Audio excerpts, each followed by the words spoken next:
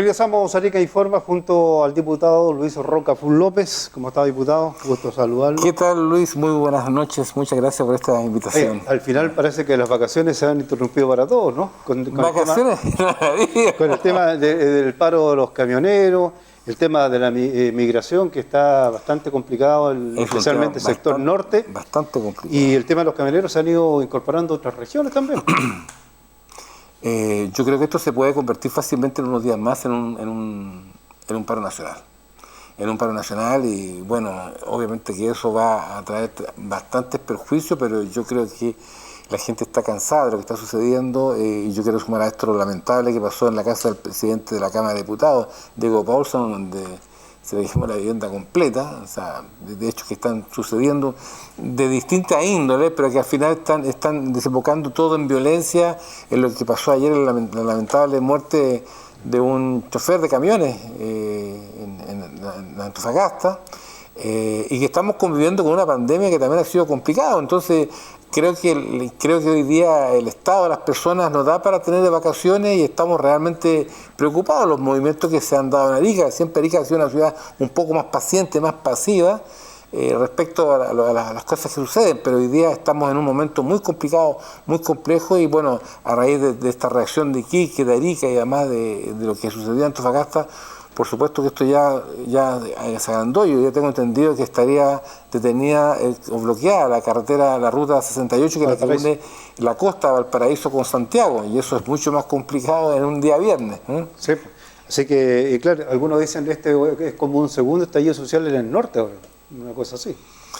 Bueno, la gente tiene que buscar de alguna forma cómo se manifiesta por la molestia, por lo que está sucediendo. Creo que el tema de migración es un tema que fue muy mal manejado por este gobierno, hay que decirlo. Tenía algunas herramientas, están las leyes, y esto no significa la ley 1 y la ley 2, que si entra en vigencia la ley que ellos promulgaron, con esto se va a resolver todo. Yo creo que ahí hay un tema bastante complicado. Aquí hay un tema que tiene que ver cómo controlamos, cómo manejamos algo que se veía venir, porque esto no es una cosa, Luis, yo no sé si ustedes pueden revisar algunos noticieros, lo conversamos acá en algún momento, mucho antes cuando estaban, ¿te recuerdas cuando estaban en el consulado de Tacna, el consulado chileno en Tacna, cómo estaban las carpas y todo lo demás? Y esto se veía venir, o sea, Chile desapareció del ámbito internacional, en el protagonismo internacional, porque ahí es donde se tenía que haber conversado y haber planificado lo que se venía. Que es un problema continental, sí, pero si tú te das cuenta, todos los países son de paso. Desde Ecuador, o sea, Colombia, Ecuador, Perú, todos son países de paso, pero el país final es Chile, es el país que está ahí. Y nosotros nos decimos tanto hablar de que éramos, no sé, por los jaguares de América, éramos lo mejor. Bueno, todos pensaron más la invitación, creo, del presidente Piñera, de alguna manera suscitó este tema. Podría ser.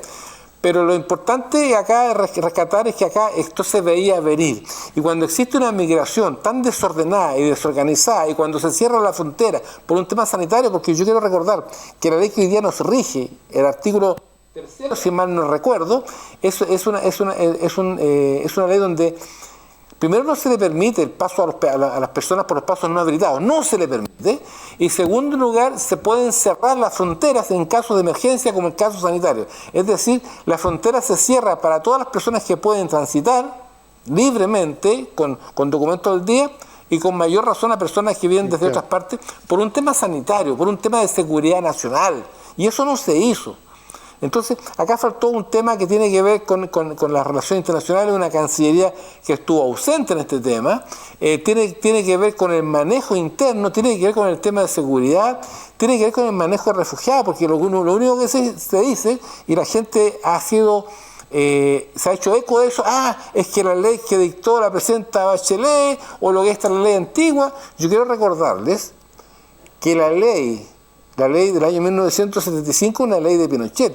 Después hay una serie de modificaciones a esa ley muy pequeña de ciertas cosas administrativas. Pero la ley que tiene que ver con el tema de los refugiados, que es la ley número 20.430, es una ley que promulga el presidente Piñera en su primer periodo, en abril del 2010, y que el reglamento lo dicta él, y que la modificación del reglamento lo hace ahora, en el mes de enero del 2022. Entonces, cuidado con eso. Yo creo que con una ley, con la otra ley, al final el tema Acá tú tienes para transitar en la calle o para cualquier cosa, necesitas tu carnet de identidad, po. O sea, hoy día es tan ridículo que para ir a comprar una botella de licor te van a pedir carnet de identidad. Y resulta que para entrar o salir del país no se te pide nada. Entonces, esto está regulado.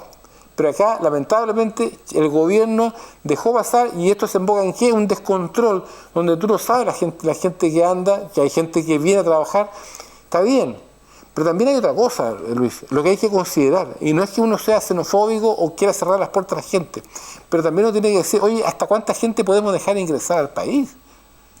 ¿Y cómo la podemos distribuir en el país? Porque si vamos a cargar una ciudad como Arica, una ciudad que hoy día es una ciudad fronteriza y que no tiene muchas expectativas laborales respecto a otras ciudades, hoy día se produce un tremendo problema de pobreza, ¿no? Así que gravísimo el tema. Claro, y además que está el presidente, bueno, están todos de vacaciones, como 19 ministros de vacaciones, parece que no, que está el que pone la cara el actual vicepresidente, el ministro del Interior, y él... Bueno, ese es un tema lamentable. O sea, ¿cuál es el compromiso con el país? El compromiso del país cuando uno renuncia a sus privilegios como persona. O sea, un trabajador, está bien, tiene que tener un derecho que son sus vacaciones por haber trabajado, por haber hecho... Pero cuando uno es político, ocupa un cargo de confianza, ocupa un cargo que tiene que ver con la conducción del país, ahí no existen las horas de descanso, o sea, obviamente vas a descansar en algún momento, pero lo que no puedes hacer es decir, no, yo trabajo de lunes a viernes a tal hora y bueno, me corresponden vacaciones, yo me voy y arréglaselas como puedan. Eso... No, ¿cuánto era del gobierno que decía que tenía 24/7? 24/7. Sí. Bueno, este gobierno no tuvo 24/7. Oiga, en otro tema que lo compete a nosotros como región, y es un tema que usted conoce bastante bien, porque fue usted junto al senador Insulza, lo conversamos también el día de ayer, puso este reclamo en la Contraloría, donde hoy día, después de un año, más de un año, 2 años. Esto fue junio de 2020. Claro. La Contraloría recién entrega un dictamen y que pide las sanciones para el delegado presidencial actual, ¿cierto?, por el tema de las cajas de alimentos. Lo conversábamos ayer con el senador Insulza, ¿por qué tanto tiempo, ¿cierto?, para entregar una resolución que al final son 30 días, ¿cierto?, de sanción y el 50% de su remuneración, cuando estamos a un mes que este gobierno termine? Mira, más allá del castigo, las sanciones que se dan a mí no me constan. Serían trascendidos de parte de la Contraloría, y eso también hablaría mal de la Contraloría, que trascienden cosas que la Contraloría no ha comunicado oficialmente, no, o le notificó al intendente, perdón, al delegado presidencial, pero a mí no me consta y no me voy a hacer cargo de las sanciones, y si son así, a un mes antes de irse, complicado. Pero yo quiero decir lo siguiente, porque también hoy día en un diario local, un diario escrito, habla de un informe y habla de antecedentes que no tienen relación con lo que hoy día está en la página oficial de la Contraloría de la República y que tiene que ver con el informe número 539. Y ese informe, yo quiero recordar en primer lugar que el tema que tiene que ver con la irregular adquisición, licitación y adjudicación, recordemos que esto fue en julio del 2020, esto fue tan mal hecho, cuando hicimos la denuncia con el senador Insulza, fue tan mal hecho que al final inmediatamente la Contraloría le dijo, ¿sabe qué? Esto se anula, esta compra tiene que anularse. Y así se hizo, se anuló. Pero este informe, Luis, no habla del proceso de licitación y adjudicación, habla del proceso de la recepción, custodia y distribución de caja. De eso habla, no habla de lo otro. Entonces yo quiero recordar un poco que cuando pasó el escándalo, las cajas, fue un tema nacional, porque salió en medios nacionales, después se sumaron otras ciudades, otras regiones, que también había pasado lo mismo, ¿cierto?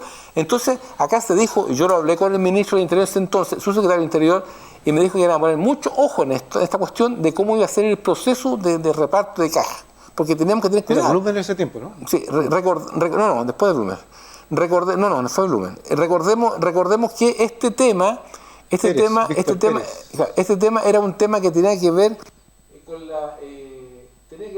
hambre de la gente, un problema de pandemia que estaba viviendo la gente en cuarentena, no tenía que comer, por lo tanto había que hacer una entrega rápida, eficaz y justamente a las personas que realmente necesitaban. Y bueno, la Contraloría hace el estudio. Entonces dije, ¿sabes qué? Aquí la entrega de todo, después ya del tirón de oreja de lo que pasó con el administrador, con la licitación, y todo lo que pasó, va a ser el proceso de la recepción, de la distribución, va a ser todo ordenado. Y no fue así, porque el informe 539, que es un derivado de un informe que se hace en agosto del 2021, donde le hacen varias observaciones, donde hay 49 personas fallecidas que reciben caja, y que muchas de esas personas fallecidas reciben dos cajas fallecidas, que hay cerca, tengo que anotar unas cosas, que hay cerca de 5.159 actas que no existen. O sea, hay 5.159 cajas que dicen, no, se las entregamos, pero las actas se perdieron, no sé dónde están. Que la cuadratura que entrega en ese entonces el gobierno regional, ¿ya? Dice, recibimos 30.000 cajas, pero se entregaron 27.000. O sea, hay 3.000 cajas que se perdieron. Entonces, hay una serie de cosas, la Contraloría hace un cálculo de 193 millones de pesos. Entonces, esto para concluir, Luis, más allá de las sanciones del mes, acá hay un tema que va mucho más allá. Acá hay un tema delictual. Entonces, cuando uno escucha a las autoridades decir, ¿sabes qué? Estamos pensando qué hacer, acá hay responsabilidades políticas. Y las responsabilidades políticas tienen que haberse asumido. Y no se han asumido. ¿Ya? Segundo lugar, hay responsabilidades administrativas que se tienen que haber hecho los sumarios correspondientes. No sé si se han hecho. Y tercero, acá hay ya responsabilidades que tienen que responderse ante los tribunales de justicia. Por lo tanto, acá le corresponde al delegado presidencial, al gobernador regional y al consejo regional presentar las querellas correspondientes, hacerse parte de una denuncia, y que esto basta con un documento inductor más el informe de la Contraloría General de la República, es decir, señores, esto pasó, esto sucedió. ¿Usted no está en la fiscalía este tema? Está el primer tema de la adjudicación de las cajas. Ya, entonces a mí me parece que, o sea, el pensar qué vamos a hacer, yo creo que acá se tiene que hacer la demanda, porque esto no puede quedar como quedó también lo del vertedero municipal cuando fue el escándalo donde el Consejo Municipal completo con alcalde y todos se han presos. A mí me parece que esto no puede quedar acá y este tema tiene que investigarse. Entonces, más allá del tema, porque, o sea, ¿quién tiene que cuidar los intereses? ¿Quién tiene que cuidar el patrimonio? Y en un momento tan sensible como la pandemia, donde tenemos que ir en ayuda y en socorro de las personas que realmente lo necesitan, fue una cuestión al lote, fue una cuestión perdida. O sea, ¿cuántas cajas recibieron? No tienen ni idea. Las actas no coinciden de recepción con lo que realmente se recibe. Entonces, hay una serie de antecedentes hoy día. Como te digo, reitero, que hay responsabilidades políticas, hay responsabilidades administrativas y, por supuesto, también acá hay cosas que configuran delitos. Bueno, hay un tema que todavía tiene varias aristas, ¿no? Que todavía no... Este es el informe final, ¿eh? Sí. Porque en agosto fue el informe provisorio. Este informe provisorio, de todas las observaciones, no respondió, me parece que casi ninguna, ya el delegado presidencial. Por lo tanto, ya este es el informe definitivo. Y bueno, las sanciones a mí no me consta, no me voy a hacer cargo de las sanciones, y si fueran así, la verdad de las cosas es que yo, 193 millones de pesos, no sé cuál es la compensación con una responsabilidad política, que obviamente el delegado presidencial o el intendente siempre va a recaer en él lo que los subordinados hagan. Sí. Pero aquí hay responsabilidades también administrativas, y como te digo, creo que acá lo importante es que hay que concurrir a los tribunales de justicia. Las autoridades no se pueden quedar en esto a brazos cruzados. Bien, pues vamos a ver qué es lo que va a pasar más adelante con este tema, y vamos a ver si el presidente Piñera, porque la duda está en que quién va a hacer la sanción, el presidente Piñera o el presidente entrante. Reitero, yo no quiero juzgar a nadie, pero acá hay responsabilidades políticas, y cuando me refiero a responsabilidades políticas, parte del presidente de la República, ministro del Interior y delegado presidencial. Bien, pues diputado, gracias por acompañarnos, que esté bien. A ustedes, muy buenas noches. Hemos conversado con el diputado Luis Rocaful, pausa y estamos de regreso con más noticias.